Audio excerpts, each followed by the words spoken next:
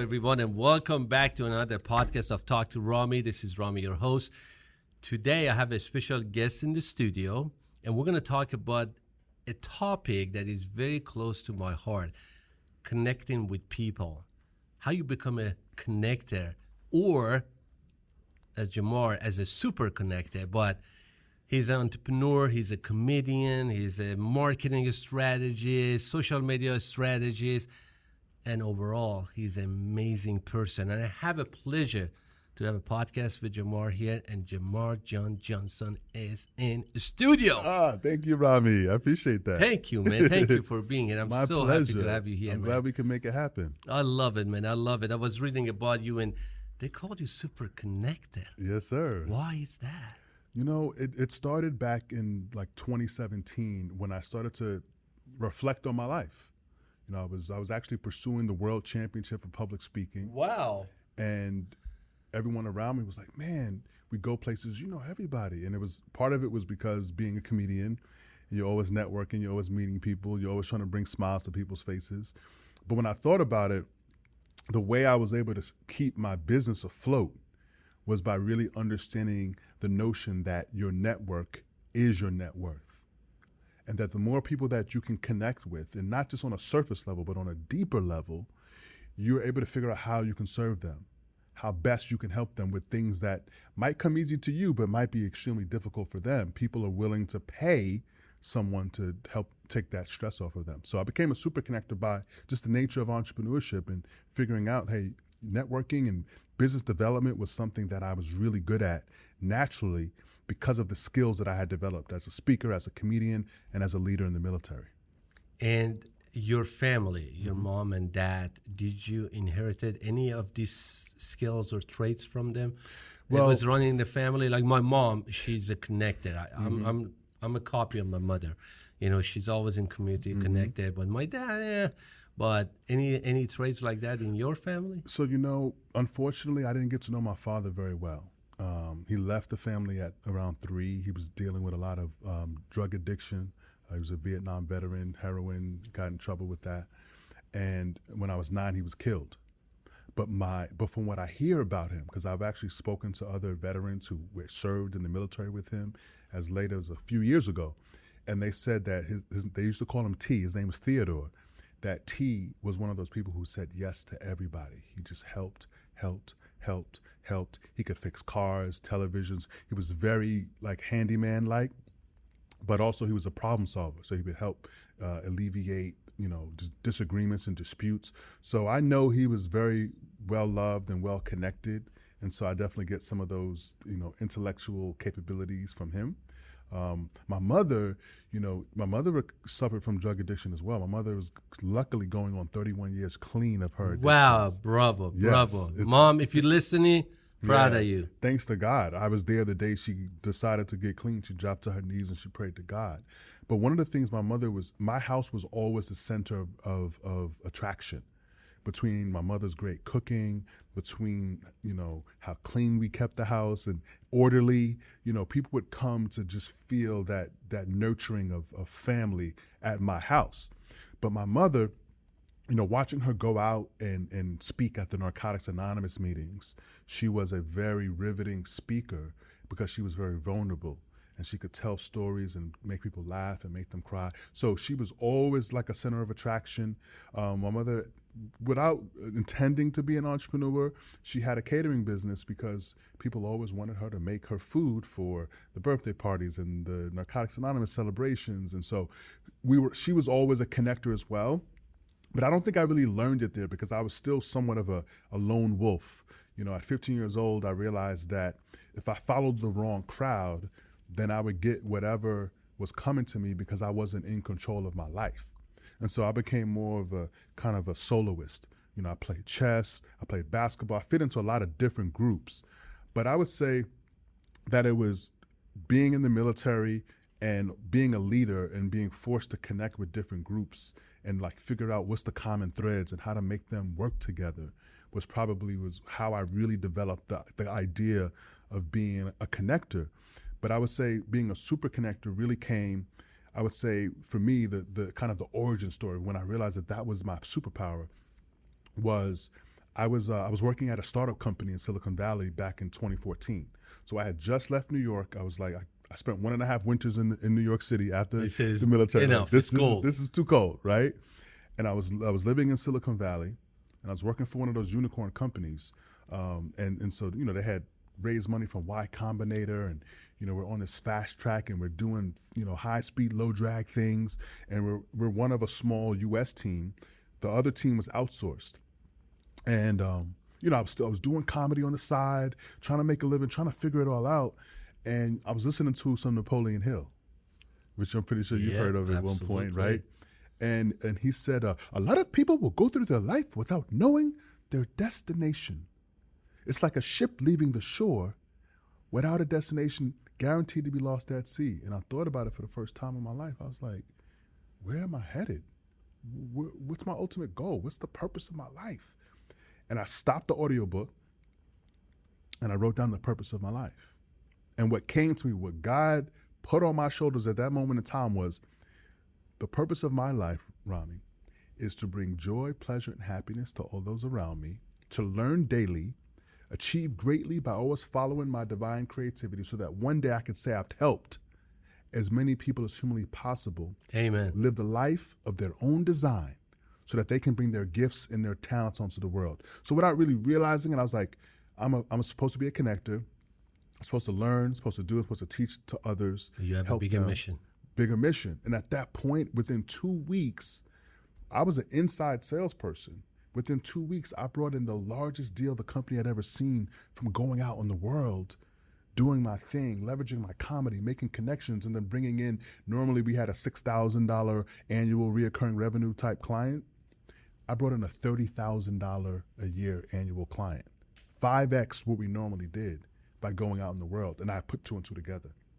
And I was like, I got to use my talents to entertain, to speak, to edutain, and bring that into business. And I was like, no one's doing that. And this was like before, you know, I think Gary Vee was out, but he wasn't really big. And I was like, entertainment and education have to come one in one. And mind you this, within a year from that moment happening, I remember distinctively the LinkedIn learning platform had just been purchased from lynda.com for $1.5 billion. So the little did I know that fast forward 5 years later, I'd have courses on there, but I was making the connection between education is shifting. People are learning much more online, and they're connecting online because I was living online. I was on YouTube, I was on Instagram, I was on all of these things and making connections virtually. And actually the deal that I brought in, that big deal, it was because I was sitting at my desk talking on Facebook Messenger to one of the people I had met at an event that I had performed at. So social media was used as a tool to keep me in much more proximity. That's the key. Than if I would have just had her number, because if I would have just been texting, it was different because I only reached out to her that day because I happened to see her online while I was sitting at my desk with nothing else to do. And so I reached out, and that connection that was ignited because of she seen me perform comedy, and I made a huge impression on her. It was an exciting conversation to be had, which led to her saying, "Oh, I'm frustrated because I don't know how to do accounting. I didn't go to school for accounting, and my boss has me doing accounting." I was like, "Oh, we do cloud-based accounting. Maybe I should help you out." And just by like I didn't think, "Oh, this is a deal to be had." I was just like, "Let me help relieve some pain from you, so that maybe you have some more spare time to go on a date with me." That's what I was thinking. Yeah.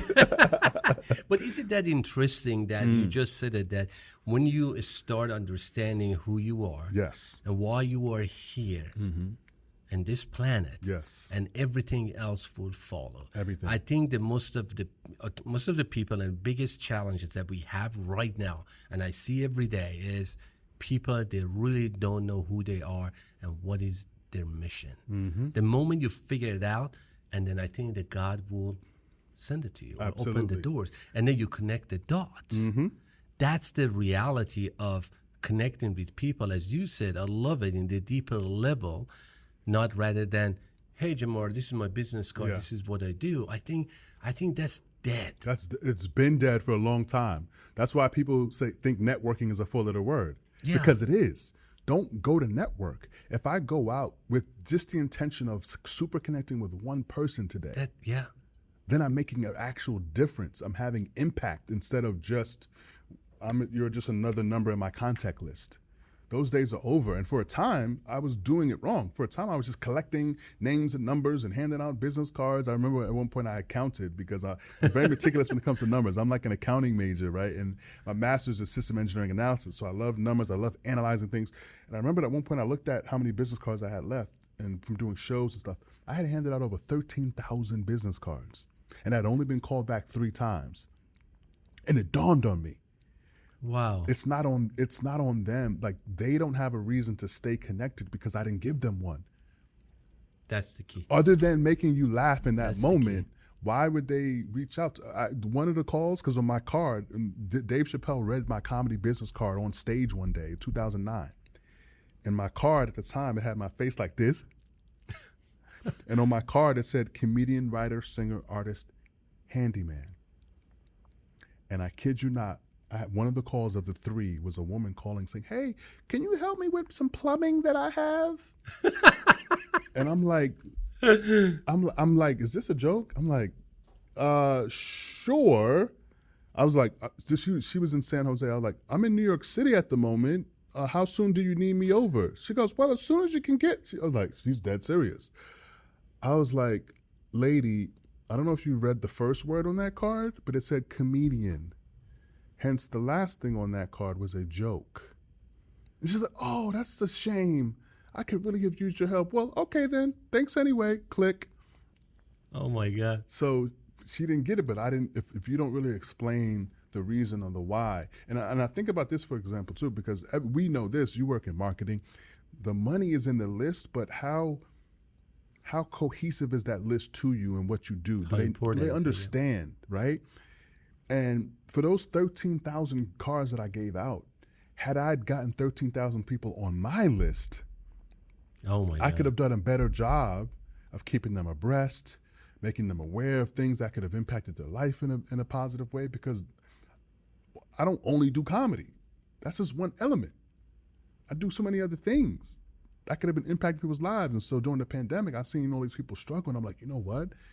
I've got to put the teaching hat on and really go to work to help give people hope, because people are like, man, I'm losing my job. And I want to work. I want to work from home, but I don't know how. And I was like, I've been working from home since 2015, so I got to show people how. There's a huge opportunity there, and that's where digital education, digital edutainment, so to speak, all of these platforms, Coursera, Udemy, Skillshare, LinkedIn Learning, they're all their valuations are over $1 billion. Because a lot of people, as you know, they say social media is an evil. It's a tool. It's a tool. It's how you use it. A hammer is evil if you hit someone in the head with it. Exactly. Right? That's but if you use it for its intended purpose, it accomplishes it. Yeah, I always tell everybody, you got a knife, you can cut the watermelon with it. You can cut a rope and free yourself, or you can stab somebody with it. How you use it is important. Yes. The social media is like that, as you said. Everybody asks me, okay, Instagram, I'm too busy. That's another avenue for you to connect with people, but you have to nurture it. You have to nurture it. If you don't want to take the time to get to know that person, if I don't want to take the time to get to know you, what is the value? How much value I'm going to add to our friendship? Yeah. It's not going to go anywhere. That's what I think we are missing, that people, they are not spending time to get to know each other. Absolutely. And they might be busy. They might have a lot of challenges. We all have. Sure. You get up in the morning, you got to do so many things. It's hard. It's hard to connect, but it's not hard to connect. Put it that way. Yeah, it's self-inflicted wounds that people are committed to on themselves. But here's the other thing to think about. I think I was just thinking about this the other day, because people assume that someone like me is always going and never depressed and never low energy. Oh, wrong. I was just depressed on Saturday. I was just depressed. Like, I was just like, you know what? I've been going for weeks. I was in Vegas the week before. Like, I need a break. I'm just gonna take Saturday off. But here's what I did as I was thinking and reflecting. I said to myself, who else can I focus on besides me right now in this moment? And the more I started thinking about who I need to help and how I can help them, and the more I took the focus off of my own, whatever my predicament was, because I'm like, I'm blessed. I have all my limbs work. I'm healthy. Oh my God. I'm pain free. I'm creative. I'm charming. You know, I was like, let me take gratitude for all of these things. And I was like, who can I help? When I shifted my perspective on what I was focusing on, the next day I was like, oh, I'm blessed. I get to go help some people. I get to go change some people's lives. And I was like, let me go do that. And so I think a lot of people are very self-centered because they're worried about how to get to their next thing. When if they shifted their perspective and they say, how can I help someone else get to their next thing? They wouldn't worry about themselves so much. And that energy that they put into someone else would give them what I call the abundance effect. When you over-deliver for other people, there's a natural law that's biblical, right? I call it OD4R. When you over-deliver in value, what you receive in price, 4 byproducts, 4 Rs. You get to remain your authentic self, so you don't have to pretend, you don't have to be someone you're not. You get to be yourself, real impact, raging fans, and then ready to receive the abundance that flows your way. So sometimes I have to remind myself, if I ever get low, if I ever get down on what I'm not getting to, it's like, how can I help some other people get more of what they need? And then the universe ignites you with ideas, with creativity.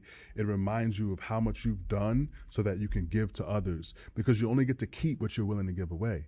It's like a golden nugget. Yep. The more you give, the more you receive, because you create a cycle of abundance, and the more people you help, the more people are willing to help you.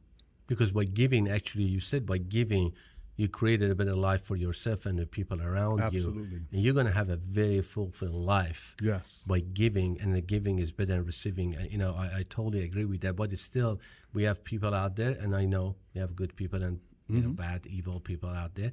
They think that they're going to take everything with them. Yeah. But you can't take anything with you. As Nothing. Denzel Washington says, you never saw a U-Haul behind a hearse. Oof, that's deep. I love that. Yep. You never, and he said that Chinese, they tried, they got robbed. You know, it's just, it's just not gonna work. And then unfortunately, we think we're gonna take everything with ourselves. And Steve Jobs, come on, he's gone. What did he take? Nothing. And in the words of the immortal Nas, my favorite rapper, he has a song. He says, "Born alone, die alone." That's my God. Yep. I always says that God. we came naked, we go out Exactly, naked. exactly. That's what he means. It's means. just like that, and then you're gonna help other people. But this is I think, you know, I'm an immigrant. I came to the United States 30 years. Are you? Yeah. Really? Okay. Yeah. I couldn't tell. He's gonna pull his comedian thing on me. You don't know from my accent. One of my best friends in comedy a decade ago, his name was Marvin Karazi, and he was like, "I'm Persian." Yeah, that was like Persian. Meow. Because they all say Persian cats. It's like, you mean Iranian? No, don't call me Iranian. We are Persians. You know, Persians. You know, they beat the Spartans. You know, I am 300. 300. You know, but. Now, going back to that, as an immigrant, I came here 30 years ago, and everybody telling me that you love United States. I said, absolutely. Yeah. You know, it's a land of opportunity. It's a really, it's a country that I'm blessed, and I learned so much in here, and I want to help as much as people that I can with what I have, because helping is not just giving them money. No. It's just making that phone call. Teach. Yeah. Say somebody I love you. Say what can I help you with? It can different ways you can help other people. But how you define your happiness? Sure. So, you know, happiness is not a permanent state of being. Happiness is an emotion. So you can be happy when something happens as you desired it to. But in that same token, if something you desire doesn't happen, are you then unhappy? So you gotta like decide what are gonna be the metrics that determine how happy you are in life. I would say, for me, it's the alignment of your purpose. That's why your purpose is so important. Like, what is your North Star? What are you comparing yourself to? Are you comparing yourself to a worthy ideal or goal, or are you comparing yourself to what someone else has on social media, right? Because I was just listening to this the other day. Someone will always have a better watch.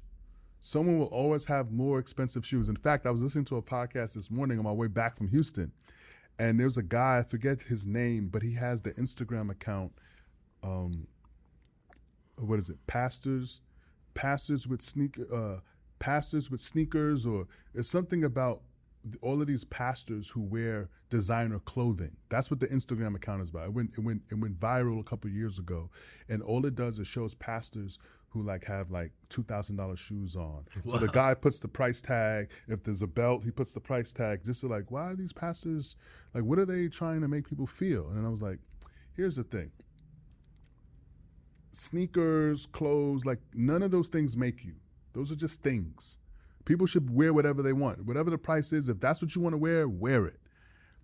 But if you base your happiness on a material thing that can come and go, when faced with the age-old question, would you rather have $10 million right now, Rami? You can do whatever you want with it. $10 million or $10 million and you die in a week. Hell no. Or 40 more years of life. 40, I take the 40, man. So therefore, for you, time is way more valuable than money. Absolutely. Now, there's going to be someone out there who goes, man, 10 million in 7 days, they don't have that much value of their life. And so maybe they take the 10 million and just say, let me have as much fun as I can for the next 7 days. I would never take that because my time is more valuable. There's more things to learn. There's more things to explore. There's children to have. There's grandchildren to see. There's so many other beautiful things in life that bring me joy. So my happiness is based on my impact, my purpose, things that are intangible. They're not material things. They're the worthy ideal of goals. That's my happiness. But so many people, they perceive their lives based on the materials. You see it everywhere. Sure. I saw this Instagram account. The guy actually, he rents private jets at the tarmac. They're not even taking off. Yeah. To take pictures. Sure. For some people that they go sit in the things, he even direct them what to say, how to say it, how to see them, and he charged people to create fake personas.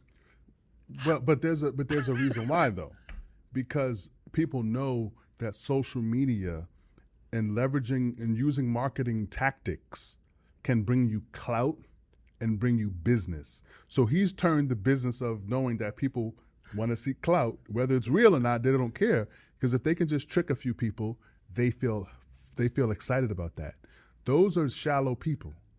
You want to stay far away from those types of people. It's almost like I don't know if you've ever seen there's a funny, I know it's on YouTube. There's a guy who wears a fake butt. He's a white guy. I think I've seen it. He wears a fake butt. And he wears shorts, and sometimes he'll have 4 security guards that walk with him, and he walks around, and he's got this fake butt on him. People look at him, he wears a mustache. It's a costume, and he just does this character. Well, this same character, at one point, he has a computer wrapped around his body with a green screen behind him, and on the Zoom call, it looks like he's at work. It looks like he's at home, working from home. But in real life, he's doing MMA fights. And that's what he's mocking, the people who are pretending to have just incredible lifestyles for the purpose of social media clout. But he's doing the opposite. He's at an MMA fight with his laptop on him. And then he's fighting people. And his coworkers are what's going on? And he's getting punched in the face because he's doing stupid things, because he's pretending to be somewhere he's not and someone he's not. And the fake butt is everything. You got to look at, it's the most hilarious. He's got hundreds of millions of views across different sketches that he's done.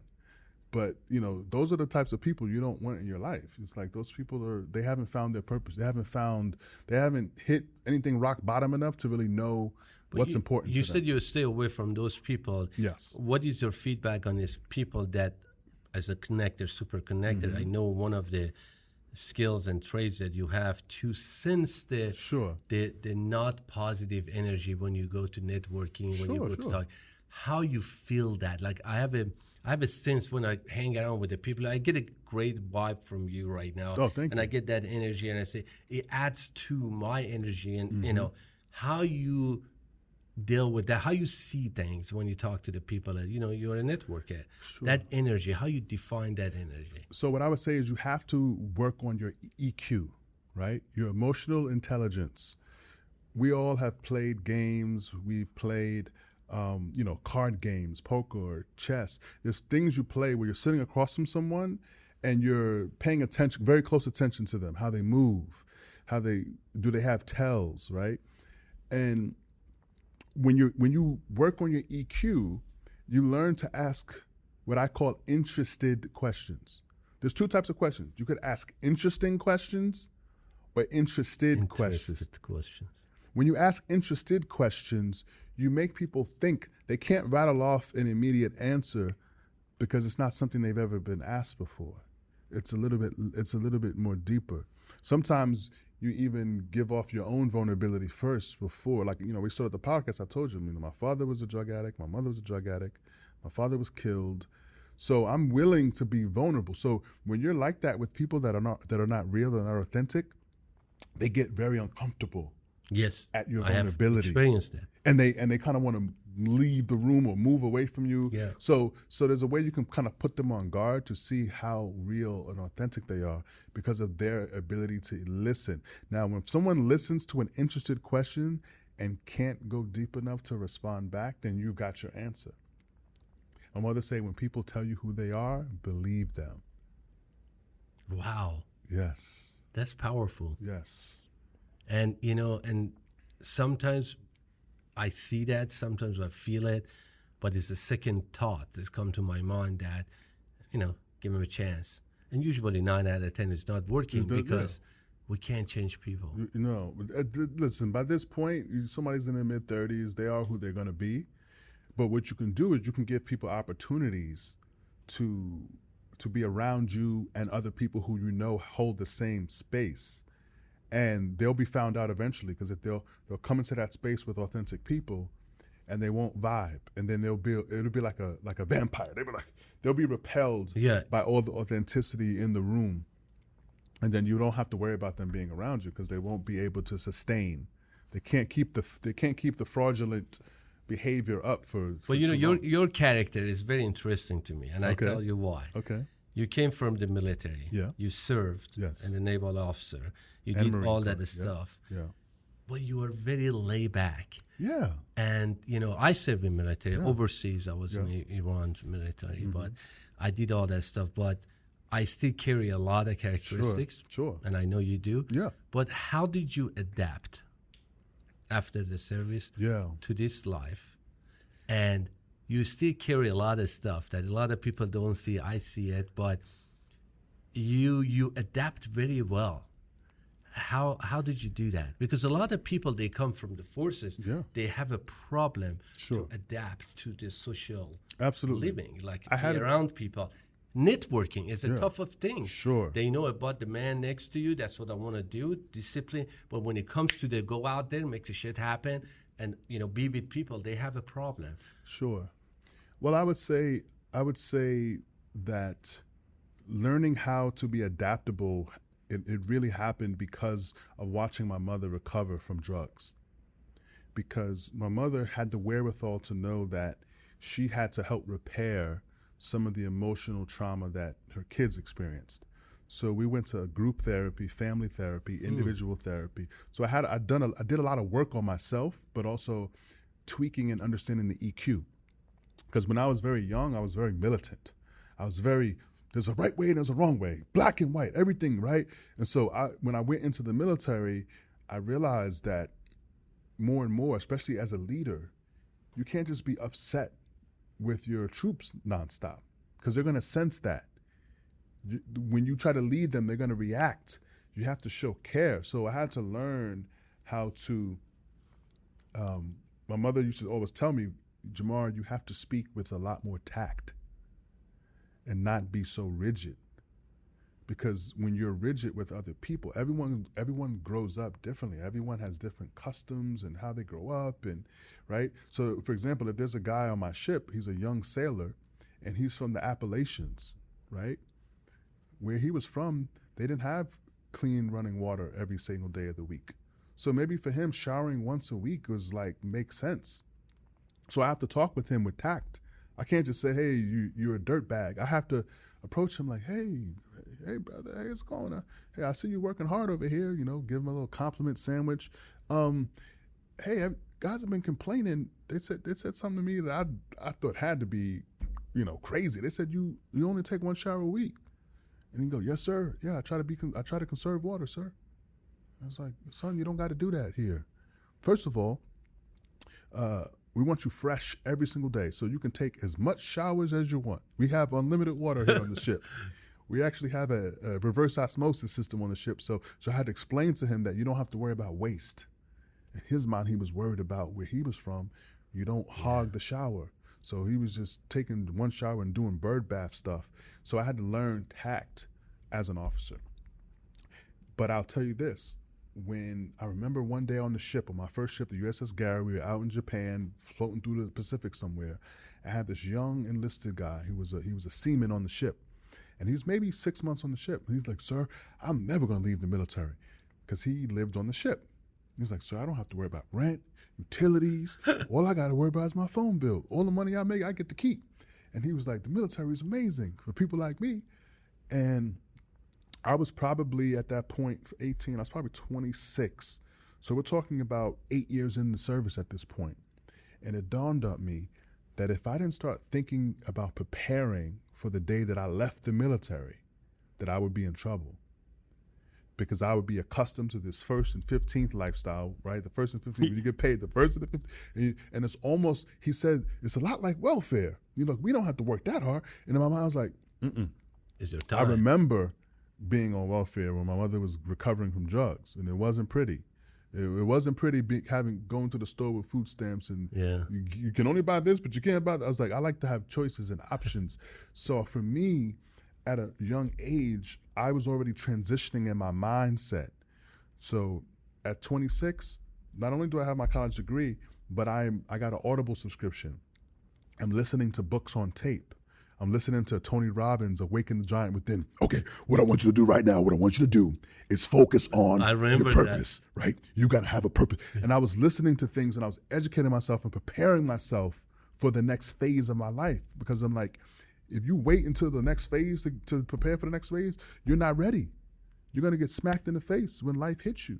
So you got to be preparing. You got to think ahead. I'm a chess player, not a checker player. I love checkers, but I'd rather play chess.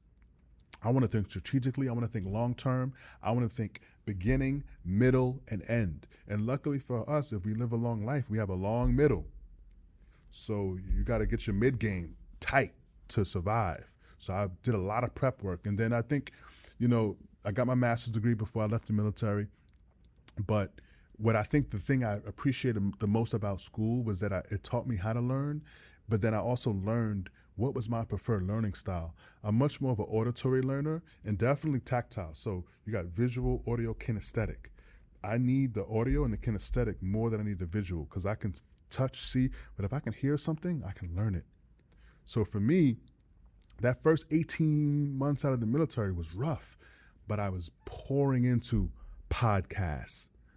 I was listening to things like... What was the biggest challenge you had when you left the service? Well, the biggest challenge, I would say, was trying to find balance to still pursue the passion with a purpose and make money. You still were getting your little paycheck. But no, not at first. Because really? Because literally it took almost 24 months before they finished the paperwork to get my pension. It took a while. So I had to figure out work. I became a realtor in New York City so that I could have free time to audition, to do stand-up at night. Then that started sucking up so much of my time. I started my Airbnb business. I had 3 units. So I was doing things to try to make money, but then to free time, because you need time to learn, to process, and then implement.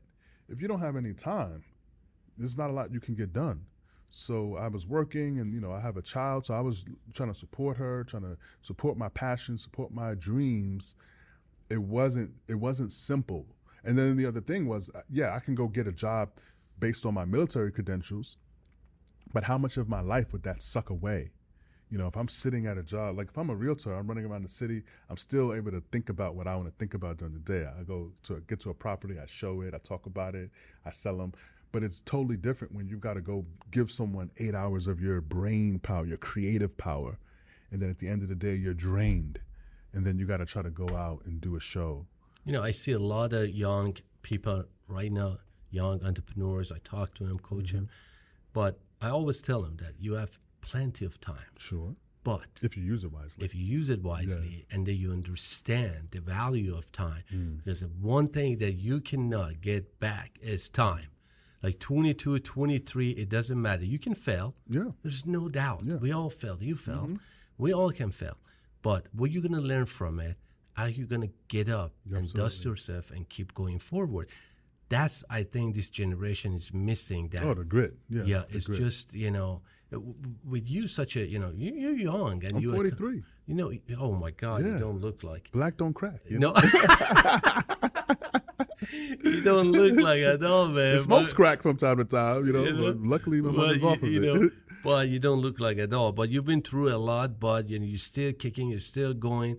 But what advice do you have for these young entrepreneurs, young people? They just started in their life and they say, what I'm going to do now? I'm 23, I don't know. Maybe college is not for me. Maybe college is for me. Because college is another tool, be honest. I graduated it. I got my degree at age 40. Mm-hmm. Wow. 40 years. I was a single dad. My kid was 2 years old. And I got the degree at age 40. There is time. It doesn't matter how old are you. Yeah. Still, you can achieve it. Sure. But what is your advice for those people that they're stuck right now?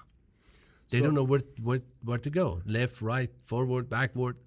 So, if you're stuck, right, for me, that was the reason why I joined the military, because at 18, I realized that I didn't really know what my game plan was yet. So I was like, you know what, let me enlist in someone else's game plan for a minute so that I could have something to do, have structure, but then spend my spare time thinking about the game plan that I want to implement.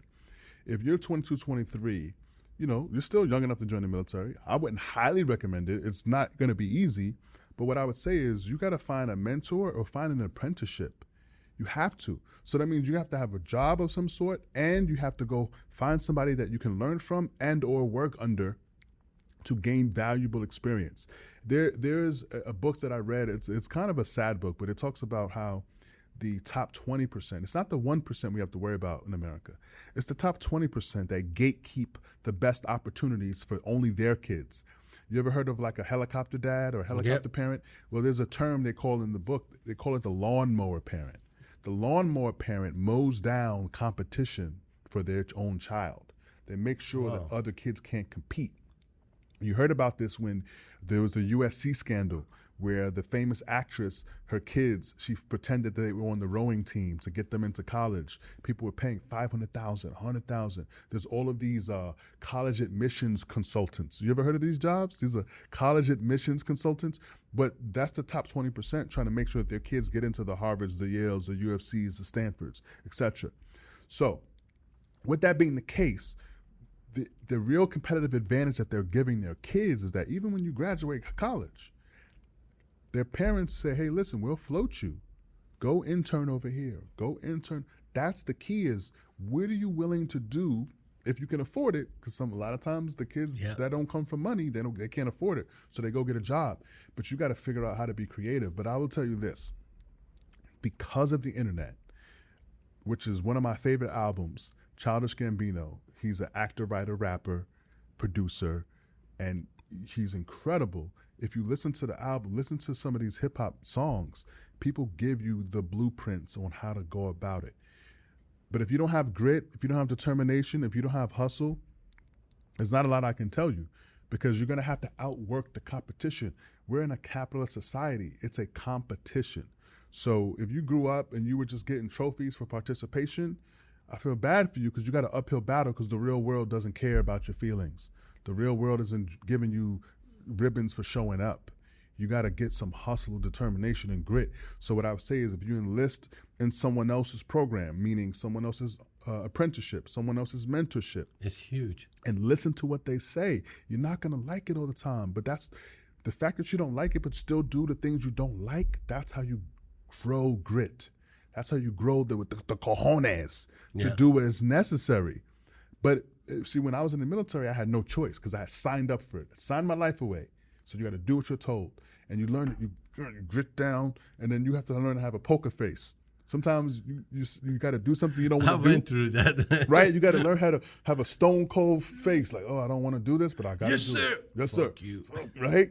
So with that in mind, you have to go find something and try to go be on the cutting edge. And the internet allows you to do some research and recon.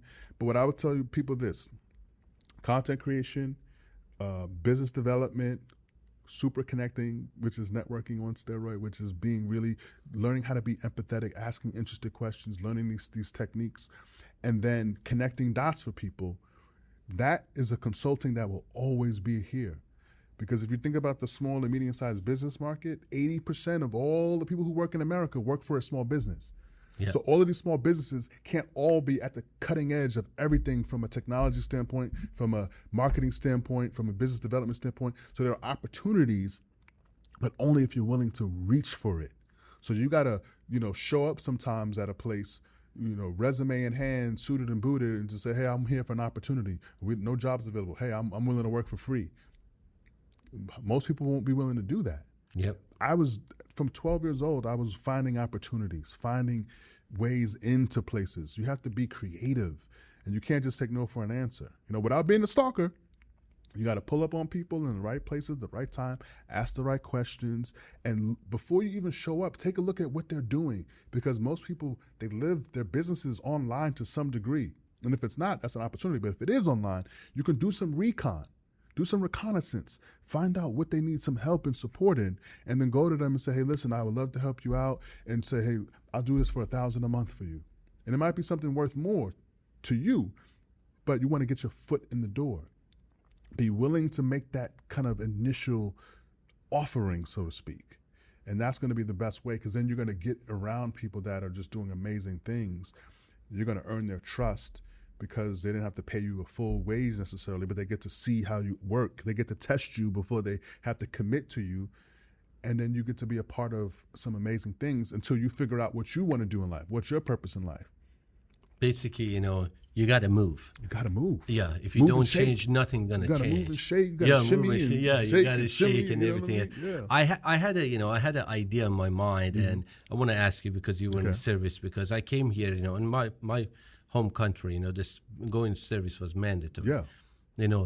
I was always thinking that in the United States, if you go to college, if you're not going to college, you graduate from high school, and then you said, okay, I'm going to chill.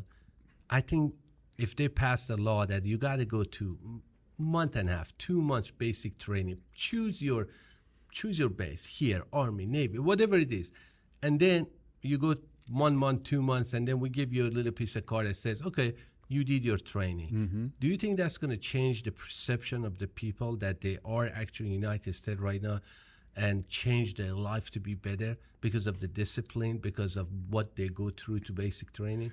So I see that idea. I think what makes our United States military so unique is the volunteer aspect of it. Okay. Meaning it's people who willingly sign up. And first of all, I don't know, maybe in your country it was 1 month.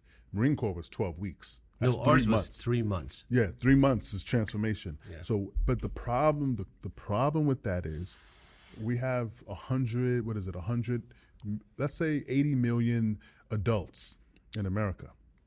So every year it's too expensive to invest that amount of money, the 3 months it takes to house them, feed them, because they're basically, they break them down to nothing and then build them back up. So they're not useful in any real way. So when there's like any business, when you make an investment, you have to get a return on that investment. So you can't just train them after 3 months and say, all right, you're free to go.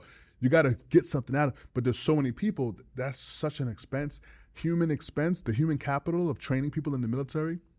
I had over $1 million of training put into me over the course of 14 years. Yeah. I had over $1 million between undergrad, grad school, anti-submarine warfare officer school, electronic warfare officer school, junior officer leadership school, division officer leadership school. Between all of these different schools and travel and moving expense, it's a lot of money. And I'm fiscally conservative, so I think if you're not gonna be using those people, let's not just train them up. I think there's other things, But it still is voluntary. If you want to go, you can go. Well, you can, but everybody can't get in. See, that's the thing. Yeah, you're right. You got to have aptitude, but you also got to pass physical tests. And unfortunately, I don't know if you knew this or not. United States. We're facing a 20 to 30% shortfall in the amount of real people actually even enlisting voluntarily because people aren't passing. They're on drugs. They're overweight. The law enforcement, I heard, are like that too. Oh, very much so. That's what the law enforcement, police department, they can't get cops because they can't pass the PT. Yeah, but I'm with you though. We need to create something that is a rite of passage, especially for men, because I have a saying: women are. God makes women. Women can just make babies. They're tough. They can just make a baby. Yeah. Right. But I can't push that hard. But I wouldn't want to. Hell, man, that's painful. But a man must become a man. Yeah. Through work, through dedication, through training, through discipline, through learning things that make us be able to fight off the animalistic. Do you think if you wouldn't go to the service, you would be the same person right now? I don't think so. No. I mean, I think everything that happens to me. No. I think everything that happens to me is a part of who I am. Right. My military service, I wouldn't change it for the world, but I wouldn't do it again. Right, but I would be a different person. I think I have a certain level of decorum and calm, especially under pressure, under fire, that I think about that I wouldn't have had I not gone there and learned how to, hit a target from 1,600 feet, 1,600 yards rather. You know what I mean? There's a certain level of confidence you get, and also situational awareness you get. Being in the military, knowing your life is on the line, losing friends. Yeah, I had a training officer who was always telling me that you have a clear shot, take the goddamn shot. That's now when we go to the meeting, I said, this is a good business opportunity, man. Take the shot. We're going to take the goddamn shot. It's just, you learn so much. You do. You coming from that. Yes. Entrepreneurship, being this, and then you start comedy. Yeah. I started while I was in the military. How did you start that? You're funny. Thank you. I appreciate that. Yeah. You haven't seen nothing yet. You got to. No, I haven't seen it. I want to come and see it. Yeah. Oh no. Have you made any joke about like Iranians? Of course. I used to have an Iranian girlfriend. Really? Oh yeah. Iranian girlfriend. When you go Persian, there's no other version. No, when you go Persian, it's the best version. No, when I think about it, I'll tell you, this is the origin story of comedy for me. So I'd always been funny growing up, but I just thought that was what everyone was. In my neighborhood, I was not the funniest person. We had a guy, his name was Lamont Hughes, the funniest guy on the block. If anybody got into a contest with him that day, you were going to go down because he just was so quick. And one day I caught him. One day he was coming at people and he was like, "Oh, why are you laughing so hard?" And he's like, "Your mother was walking around with some loose spandex on because she was on drugs." And I was like, "Wow!" But in that moment, it was almost like, you ever seen the movie 8 Mile with Eminem? Yeah. When he's like, his palms are sweaty. Yeah. Right. I had to focus in. It's like this is my moment. I'm not gonna go down. I'm older now. I'm smarter now. And his father had like a limp. And I said, "Lamont, you just mad because your father walks around with a wheelbarrow for a leg." And I did the act out of like one leg walking and then a wheelbarrow sliding. And everyone laughed so hard they ran. And it was like, it was over. Everyone just like, that's it for the night. Everyone left. So at that moment, I was like, oh, I can compete with these jokes, right? So I always knew it was funny. Then when I was 18, I got to speak at the Waldorf Astoria Hotel in New York in front of 2,000 people for a nonprofit, wearing a double-breasted suit on my 18th birthday, for a charity fundraiser. In attendance was Kofi Annan, who was the head of the United Nations at the time, right? So I had done this event, so I was like, oh, I'm actually good in front of people. I'm good on stage. I was a decent entertainer. Fast forward, I'm in the Navy, and I'm 25 years old, and I'm stationed in Japan. And I come from Yokosuka, Japan to Newport, Rhode Island for a 30-day course because I was going to be my ship's anti-submarine warfare officer, right? So I'm going to this course in Newport. It's the middle of December 2005. Snow every day is bad. And the weekend comes, and they're like, hey, it's a blizzard. No one drive off base. No one go anywhere. It's a blizzard out. But I had bought tickets to see the cast of the Dave Chappelle show perform at the Boston Improv. And at the time, it was just the cast, so Dave wasn't there. But it was Marina Franklin, Kyle Grooms, Bill Burr, Donna Rawlings, and rest in peace, Charlie Murphy, who was Eddie Murphy's older brother. And those were the 5 people that I saw do stand-up for the first time. And I'm in this room with 700 or 800 people sold out. And this was one of 9 sold out shows. They did 2 shows. They did I think they came in Wednesday night, 2 shows Thursday, 2 shows Friday, 3 shows Saturday, and then a show on Sunday. And I was like, I did the math because my undergrad's accounting. And I do the math. I'm laughing. I'm like, okay, 700 people, $42 a ticket, 2 drink minimum, plus food, beverages, 9 times 9 shows. They just did $1.2 million this weekend. I was like, wait a minute, comedy is a business? I'm like, I had no idea that you could get paid to make people laugh. Like I'd seen it on TV, but I just thought those are actors. I made no connection to how you go about doing it. But the back of my head blew off, and that night I was like, wait a minute, entrepreneurship, comedian, that's like the same, they're doing the same thing. They're making money going town to town to town. Like, this is like marketing, this is sales, this is right. And they're like, oh, the show is the marketing that gets people to come to see them and so I started piecing these things together. So basically at that point, I went to Barnes and Nobles and I got every book that I could find on comedy. Every book on how to write it, but how the business of it. And there's a book that stand out. Shout out to Dave Swenson, who's still teaching comedy. I think he's in Indianapolis. But he wrote a book called Comedy FAQs and Answers. And that was the joke, because FAQs means facts in it, right? But it was FAQs and Answers. So I bought this book. It's probably $11, but I've made hundreds of thousands of dollars from the knowledge that I found in that book, because it taught me how to market myself, how to brand myself, how to position myself, how to reach out, how to talk to bookers, how to produce my own shows, how to get brand deals. It was all of these things. So for me, from the very inception of the idea, I was like, this is probably the funnest business in the world. Get paid to make people laugh. And I had just been obsessed with it. And so for me, I was straight edge because of my parents' addictions. I didn't drink, I didn't smoke, I didn't do anything. So with all my spare time, I just thought about jokes. I just thought about making people laugh. I just thought about the business of it. And very soon after, you pretty much have to understand branding and marketing if you're going to do comedy. And so I spent a lot of time doing that. So that's why I was a realtor, because I was already obsessing about marketing and branding. And when I was sitting in my broker's office, they would have these different companies who would come to talk about the different apps that realtors would need to market themselves to get clients to sell the houses, the real estate. And I noticed that all of the people who were at the head of these companies were former brokers themselves. And so I started to notice there was a progression that you get into a business, and then the more you know, the more you say, I want to have more control. I want to have more. Yeah, you become a broker. You become a broker. Then after broker, if you develop an app that controls lead flow, you now are part of a tech company. And now 300 brokers are paying you every month to get leads from you. So I started to see the progression of the business. It was he or she who controlled leads, controlled business. And then you created a new intro song that we listen to. Yes. I want you to play it. You want me to play it? I want you to play it. I love that. Tell me the story. How did you come on? You wrote it, right? Yeah. So basically, as a super connector, in 2018, I started writing a book, right? But social media marketing changes so fast. Every month, 2 months, something's coming out. So I never felt good about finishing the book, because I was always thinking about adding it. My book has 23 chapters, but there's always something new, right? Twitter is now X, so now I got to go back and change it, right?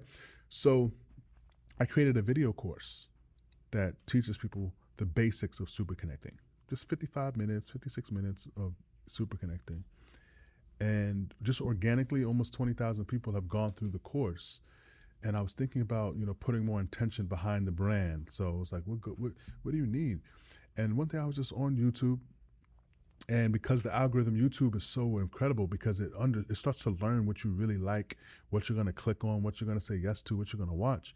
And there was an interview on CNBC of this hip hop artist who lived out in Houston, shout out to Kibo, who had been making a living since 2015 on Fiverr, completely just that as his only job. Just making songs for businesses, brands, YouTube, podcasts. Brilliant right? idea. And so I watched the interview, and I'm one of those people, as a super connector, I get excited, and I go take action. And I go, if there's someone that I want to meet, I go look, do they have a website? Do they have, like, how do I reach out? I have voice notes from years ago from reaching out to people. When they finally circle back because of whatever the right time, they realize that I reached out 2 years prior, because you have to put seeds, you have to plant seeds. So the idea patience, right? So the idea behind the song Super Connecting is I wanted to make a song that educates people about the course, like gives them a little taste. But I think I'm also going to make a series, because I think you can really teach people a lot with music. Yeah. You can have the repetition, and if the song is good enough, the people will listen to it again and again. They really start to internalize the information. So this is going to be one of many in the Super Connecting series, and teaching people, like, normally, like in the video course, one section might be 3 minutes long. So take that 3-minute section and turn that into a song. Wow. That way you're creating melodies and rhythms, and you're creating ditties almost. Because remember, in the military, 3, 1, 30 going down. It's really like, so you start to have those ditties you remember more, and then you can implement and deploy. So that's the idea behind. Yeah, let's play it. You want to play it? Yeah, I want to play it. This is fun. Mm-hmm.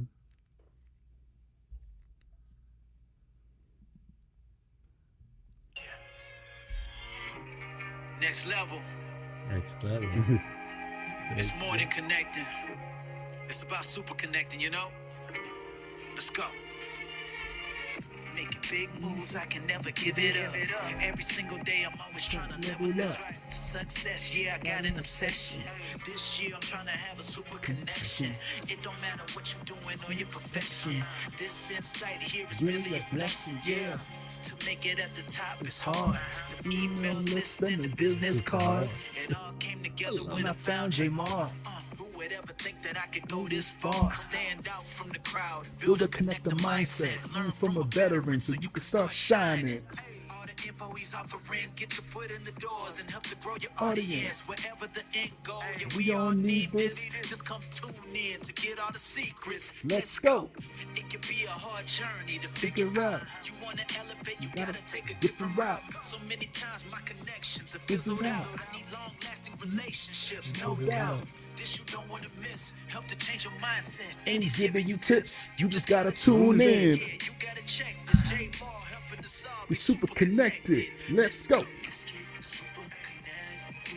Let's get super connected. If you got the hustle and the drive, elevate and then we'll take it high. Yeah. Let's get super connected. Let's get super connected. If you got the hustle and the drive.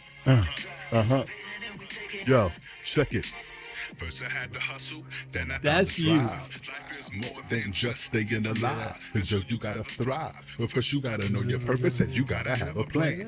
Authentic value added problem solving is the only thing that will really close these deals, so you gotta bring the thinking cap on, lights on, illuminate the path through mentors that's strong. Treat people with love and respect and check on them. With the action, confidence, and knowledge is key. If you wanna be free, you gotta go super deep whenever possible. Whenever you're chilling with Rami. They listen to you. Oh, virtual. Makes things personal. Gotta thank my man Keith, super connected with me. Now we free. Let's go. Wait till you hear this last part. You got a special guest on this song, Dave Chappelle. Yeah. Let's get super connected. Let's get super connected. If you got the hustle and the drive, elevate and then we take it high. Let's go. Let's go. Let's go. Comedian, writer, singer, artist. Hey, man. This guy's $1 billion. Jamarr, I'm serious. You're gonna make a lot of money. Sincerely. Yep, that was it. Love that. Love that. Thank you so much, man. Where people they can find you? You're super connected. They're gonna get a hold of you. I know you have Instagram. Of course. Give me some info. Yeah, so listen, the number one way to get in touch with me, obviously, is through my website, I am Jamarr with 2 R's, IamJamarr.com. You can also send me a text to my superphone line, 213-318-4919. Wow. And then if you want to hit me on social medias, you can find me, Jamarr J, on Instagram and on X now. But yeah. Which platform IamJamarr.com. you are like more active? You know, I would say honestly, probably just text me. I'm more active. I have a group text list. Oh. I send people. I have over 12,000 people on that. So it's more personal. It's more connected. It's more insights. Social media, I'm very limited. I'm in the DMs on Instagram, but I'm really about my posse, my tribe, my list. It's all about your list, because at any moment these platforms could disappear. They could change their names. They could do all sorts of stuff. So you got to build your own lists. You got to make sure you are protected when you build your business. You're absolutely right. You heard the man, guys. If you need anything from Jamarr, just reach out to him. The man of many talents. Comedian, entrepreneur, strategies, everything. Yes, I am so happy when we got to know each other. Absolutely, brother. I look forward for many years to come. Absolutely, collaboration, be friend, and do great things together, man. Thanks for being here, Peace, buddy. love, and prosperity to you, brother. Thanks, I love you. brother. Appreciate Thank it. you. All right.